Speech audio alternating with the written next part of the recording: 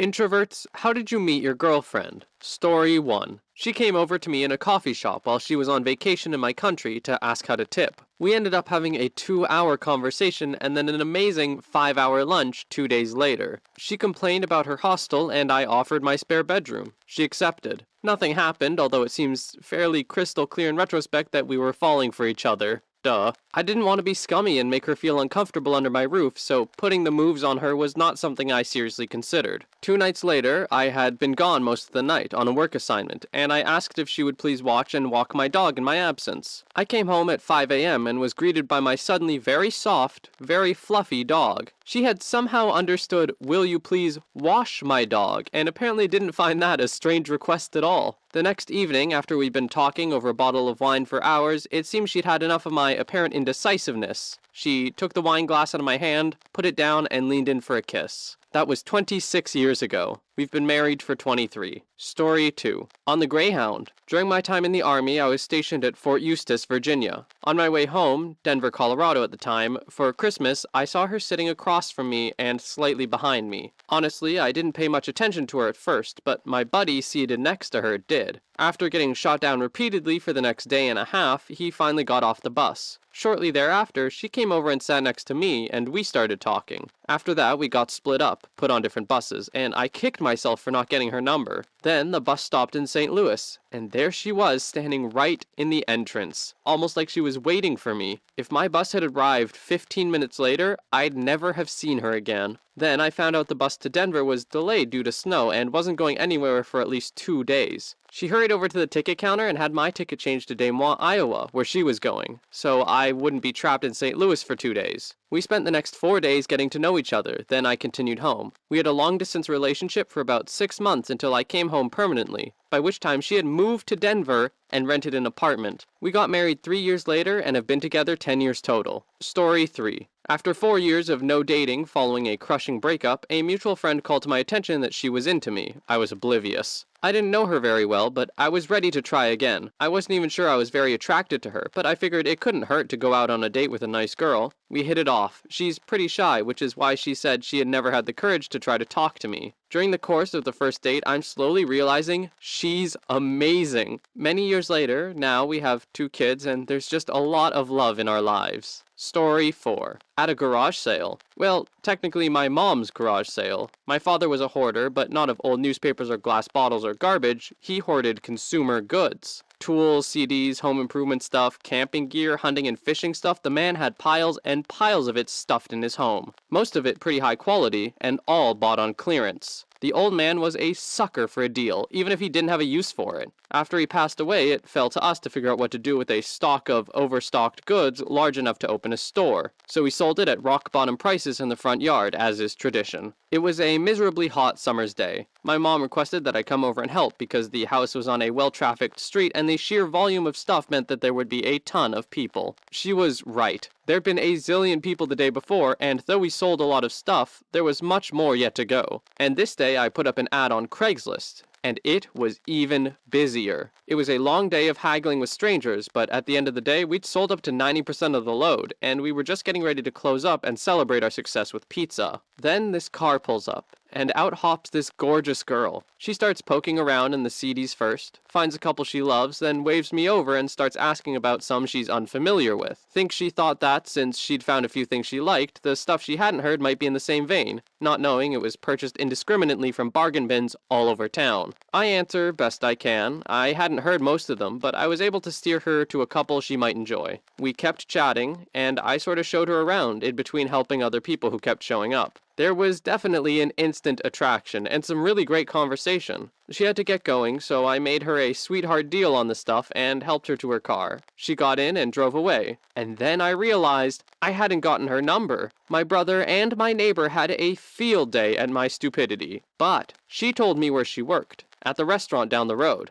and she told me the days she was usually scheduled for. So I did something very unusual for me, and I pursued it. Friday afternoons, I'd drive over from my office and ask to sit in her section. The food was terrible, but she'd stop and chat as long as it wasn't busy, and I caught her admiring a few times. So, on my third visit, I told her I'd love to see more of her and ask for her number. 10 years, a marriage, and a child, and we're still head over heels for each other. I guess I owe my dad for the posthumous hookup. Story 5. I've known this girl for a decade now, which I have had a crush on for the longest time. Just recently, in a drunken state, she confessed she's been in love with me for years, and yet every time the topic has come up about relationships, I've matrix dodged my way out. But not anymore. As of tomorrow, I'm going to try and ask her out. I've never been so scared in all my life. Pray for me. Update 1. I decided to send her a link to the thread for a topic starter, then, like an awkward cliche, continued to ask her out over Messenger. Her reply was for me to wait until she has properly woken up and had cuddles from her cat. Now, we play the try not to have a panic attack while waiting game. I'll update you guys again in a few hours. Update 2. It's a complete role reversal. She's now worried about what if it doesn't work out.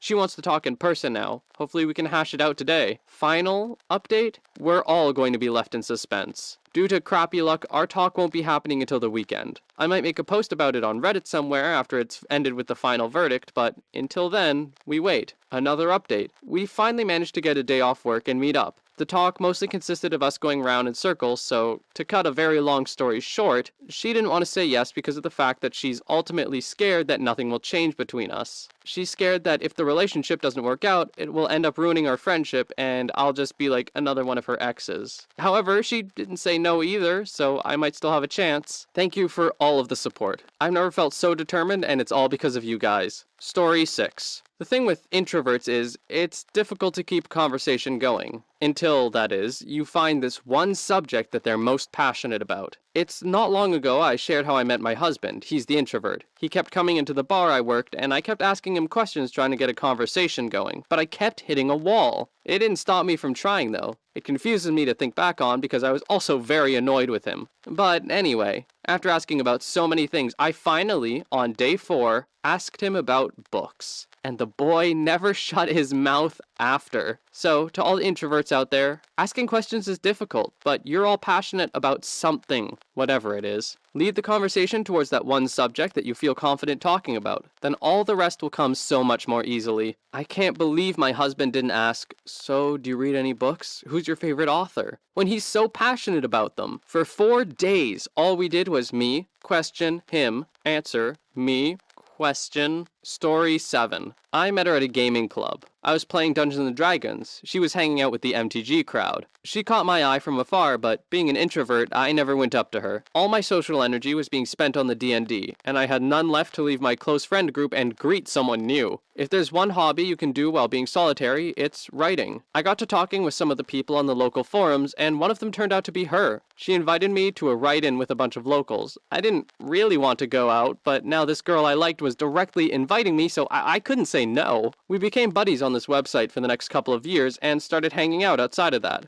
We spent many nights during her senior year of college hanging out at her apartment watching various shows and writing together. Then she graduated and moved away and we slowly lost contact. Fast forward 4 years. I'm still single, and a semi-regular poster on r/foreveralone, and resigned to living single for the rest of my life. She pops up on Facebook again. We'd been Facebook friends since before she moved away, but she rarely used the site. Now we're chatting, and soon the chatting moves to Skype. She's thinking about moving back into town and wants to know if I'd go around looking at apartments with her. She does the several-hour drive, and we look at a few places, hang out for a while, and then she goes home. A few weeks later, she tells me about this cool nearby theme park. She does the several-hour drive, we hang out for a while, and then she goes home. This goes on for a month or two, and I am just the densest idiot that ever deserved to be an evolutionary dead end, because I'm not realizing people don't just drive for hours to spend a little time with a friend. Finally, in the most adorable Skype message I've ever gotten, she asks me if the next time she comes down, it could, maybe, possibly, if I wanted it to, be a date. I told her I'm someone who enjoys happiness, so of course, yes. That was 2 years ago, and we're getting married in July. And we still laugh at how dense I was. Story 8. We met in a science fiction class at college, and we absolutely hated each other. She thought I was an idiot, and I thought she was a know-it-all. We argued, we squabbled, we one-upped. We are both super nerds, so it was a seemingly endless battle of esoteric knowledge about science fiction literature. At some point, we got to arguing about Atlas Shrugged. I made several trenchant remarks about its lack of literary value, and she aggressively defended it. One thing led to another, and back before I knew it, we were watching The Empire Strikes Back and dating. We're engaged now. She still thinks I'm an idiot, and I still think she's a know-it-all, but we don't hate each other anymore. Story 9. He was in the corner drinking a bottle of water. I noticed him immediately, and I noticed him noticing me for the better part of an hour. I finally just walked up to him after I figured he was too shy to approach me. We chatted for about 2 hours and then left. Later in school, we exchanged our AOL screen names, and after weeks of random chat sessions, he finally worked up the courage to ask me if I wanted to see a movie, Harry Potter. During the date, he didn't say anything, but I noticed him very fidgety, so I decided to hold his hand. After the movie, we were sitting in his car in silence, and he was fidgety again, so I grabbed his face and kissed his cheek. He turned completely red, but he was grinning from ear to ear. In person, he had trouble stringing together sentences, but online we could chat for hours. He had to express his love via email and cuddling without saying a word. We first met over 14 years ago, bought a house together, and getting married in October, going to Disney and Universal for our honeymoon / to celebrate Halloween. It's pretty much amazing.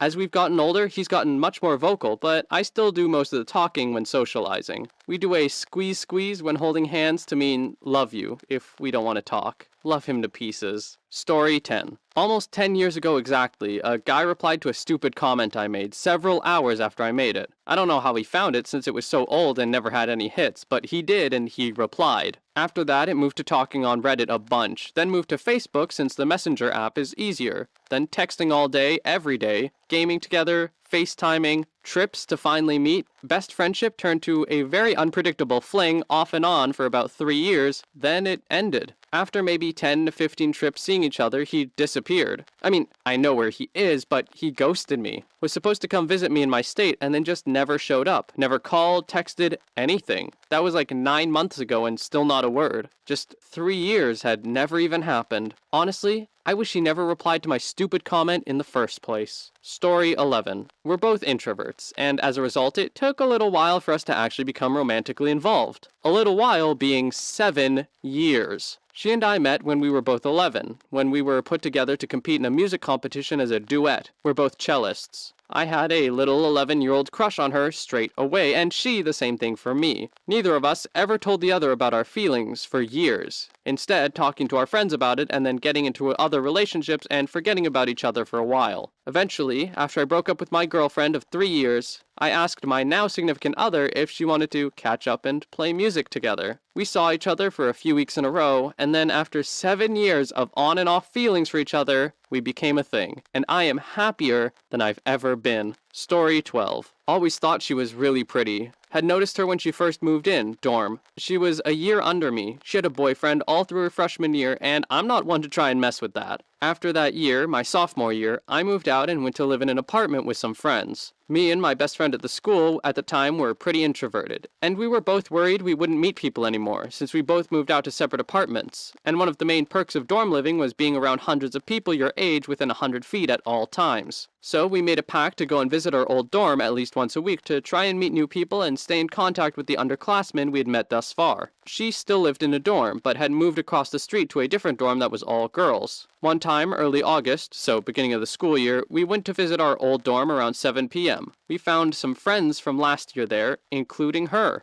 I didn't know her up until that point, just that she was extremely pretty and her name. Anyway, we decided to go to another girl's apartment to play board games. As a genius ploy, me and my friend had purchased a board game to give us something to do when we meet people. We're really cool, in case you couldn't tell. So we got to this house and meet some people we've never met. Our board game requires pairs of people, so we pair up. And I get paired with the girl who lives in the apartment. My friend gets paired up with the pretty girl. It was fine, though, cause while I thought she was pretty, I didn't know if she was single. The night went on and it was really fun. We played for about 4 hours and really got some good conversation in with all these people that either we barely knew or didn't know at all. Afterwards, when my friend got me home, I made sure to add everyone I had met on Facebook, cause for some reason that felt important to me. I don't know. Next week we go again during the day and I see her there again. Originally, there were probably 6 of us in the dorm lobby. One by one, everyone left until it was just her and me. We got to talking, and she seemed really cool. I liked her, but she said she had to go study or something after a while, and I assumed I freaked her out or whatever, so, that wasn't the best. Next week, she's there again. We talk for a bit in a group of people before the group collectively decides to go play volleyball at the local rec center across the street. She agrees to come. Before we leave, my friend from before tells me, "She's flirting with you." I didn't believe him and thought he was just pulling my leg. We go to play volleyball and she shows up. We play for at least 3 hours and she's there the whole time and seems genuinely terrified to play. It was bizarre. It's like she didn't want to be there but stuck it out the whole time despite some people leaving halfway through, and it being perfectly reasonable for her to leave then. Afterwards, some people left to go eat while others went back to the dorm. I go back to the dorm. She comes with. We talk for a bit, and by a bit, I mean hours in a group. I get really hungry, but I'm afraid if I leave to go eat that she won't come with me and we'd never be able to talk like this again. My friend goes and gets me McDonald's and delivers it to me, then promptly leaves to talk to other people at a different part of the dorm. I mustered up the courage at 4 a.m., it took me a little while, to ask for her number. She gives it to me. I see her the next weekend. She kisses me. I die inside. The next week, I ask her to be my girlfriend. I plan to ask her to be my wife. I love her. Story 13. After months of spending less than 20 minutes sober, drove myself to a hospital for detox. Finally got up at the unit at about 1 a.m. where I proceeded to be given a bunch of drugs to help me sleep and reduce the chances of a seizure. Woke up the next day for breakfast in my scrubs, highly confused, and there she was. She had been in detox a full day before me, and this one allowed you to bring your own clothes and stuff, so she was dressed in her sweats. For some odd reason, she saw me, barely aware, unshowered for 2 to 3 months, and thought, "He looks hot." Proceeded to spend the next 7 days in a locked unit, only talking, after which we both went to our separate treatments. Detox was combined detox and counseling that specialized in getting people into treatment directly from the hospital. Only contact we had from then on was about 20 minutes total of phone time, but we wrote each other letters every day. It's been almost 9 months now, and we had very dark parts of our relationship where we both relapsed, but now we are both over 3 months sober, focusing on our individual recovery first. I couldn't be happier. I finally found my best friend who loves me for who I am and has helped me grow in so many ways. I know nobody is really going to read this, but I want someone to see it, so thank you to whoever does. Story 14. I am definitely a hardcore introvert, at least if you believe the Myers-Briggs tests. But I'm not shy. I don't have anxiety or anything like that. Still, I always had a confidence issue, and could never manage a cold open with a girl. Even with friends of friends that I liked, I found creative ways to mess things up and make them horrifically awkward. I met my wife on eHarmony, dated for 4 years, married for almost 5 now, and we just had our first kid. After talking online, we met at a bar and just hit it off. Funny thing is, she's way different than me. Much more extroverted. But I rubbed off on her a little, and she's rubbed off on me a little. For me, my problem was always that I couldn't tell if a girl was interested, and I could never tell when I was crossing the line from flirting to being creepy. And I was never looking for anything casual. I always wanted a relationship. By meeting a girl online, I knew she was interested and looking for the same thing as me. So I didn't get all in my own head about it, and I was free to just be myself. Did fine after that. Story 15. I was living in a duplex with some friends. One day I decided to take one of my roommate's dogs for a walk, which I never did. Shortly after leaving the house, I was stopped by a girl who asked, "Don't I know you from somewhere?" I had never seen her before, but it was enough to start the small talk. She helped me walk the dog around the block, and we were basically inseparable from that point on. What my introvert self failed to notice at the time, she had been stalking me for weeks, trying to get me to notice her. Walking her own dog past my house, riding her bike next to my car, waiting for me to get home from work when I would unknowingly street park in front of her house where she would be doing yard work. She succeeded by catching me walking that dog, which, remember, I never did. It was fate, I guess. 6 months after meeting her, I moved out of the duplex and 5 houses down the street. Married for 16 years now. Story 16. I met my fiancé on the first day of college, completely by accident. I programmed my schedule into my phone, but hadn't accounted for daylight savings time. Therefore, I show up to my first class an hour earlier, unbeknownst to me. I had decided that I was going to make a real effort to put myself out there and be social, so I sit near the front of the lecture hall. I'd shown up with plenty of time before class, which was an hour earlier than my real class. Me and these 4 other people start talking about where we're from and stuff like that. They're all freshmen too, and I'm really stoked because it's before the first class even, and I found a group of friends to hang out with. One of these people is this gorgeous girl in the row ahead of me, and I fall in love with her the first time she turns around and asks my name. Right before class, we decide to all get lunch at one of the dining halls at a specified time. About 15 minutes into the class, it becomes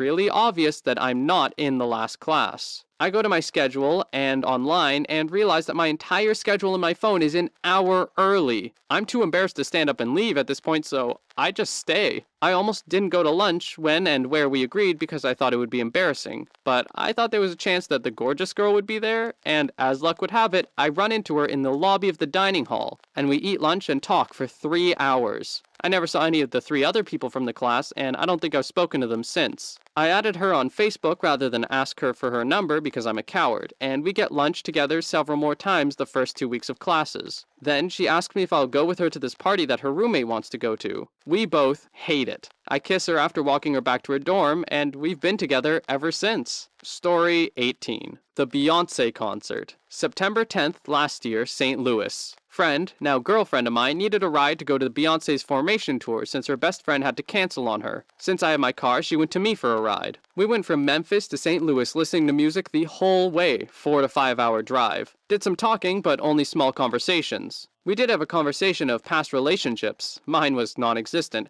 I did, however, upon her request, describe what I found attractive in humans. It's also important to mention that she was single at the time. Eventually, we made it to the concert. Seriously packed concerts are not introvert-friendly. At some point of the concert, it was pretty obvious that Beyoncé was going to sing Single Ladies. Right before the song started, Beyoncé exclaims out loud, "Where are all the single ladies at?" And the crowd went really loud. Knowing that my friend is single, I looked at her to see if she was screaming, but she wasn't. Instead, she was looking at me, quickly grasped my right hand, and said, "I don't think I am anymore." And that was that.